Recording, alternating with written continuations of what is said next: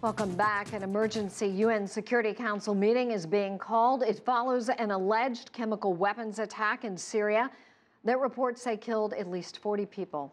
I want to warn you, this video is very disturbing. The attack occurred in Douma, on the outskirts of Damascus, allegedly. Several videos were released by opposition forces. Syria and Russia refute claims of an attack. On social media, President Trump writes of what he calls a mindless chemical attack. He laid the blame on Russia, Iran, and Syria and threatened a big price to pay.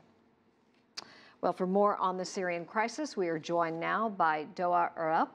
He's a professor at American University focusing on international conflict resolution. Welcome to the broadcast. Hi.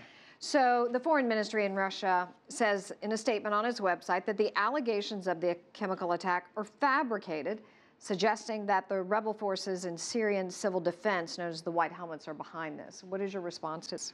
Well, I think we need to look at the timing. At the time of the accounts, a couple of days after President Trump announced that he would remove all the stationed U.S. troops off from Syria. And again, the timing of the alleged news came almost a few hours after the middle group in Douma announced that they would start moving out of the targeted area. So are you suggesting that this could have been in some type of response to that, of the U.S. moving out? Well, you may actually think of this attack in a way that the Assad government may test the willingness of the U.S. forces, whether they would still be willing to retaliate in case of such an attack takes place, or you also may be able to read what had happened or what had allegedly taken place as a last-ditch attempt to basically save the rebels from eastern Ghouta.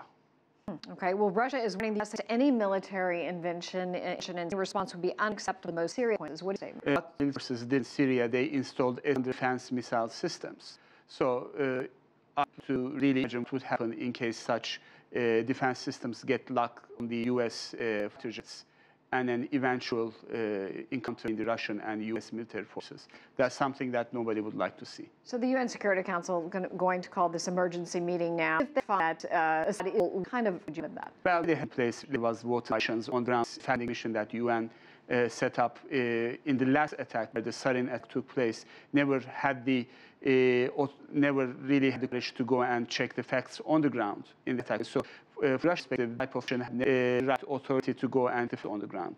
I'm quite sure that the Russians would veto such an once. So the UN War Crimes investigation found that there was, in fact, a sarin bomb that was attacked. I mean, that was dropped. The Syrian people were, in fact, attacked. Are you saying it's an investigation? State the investigation the site of the attack on grounds of their lives.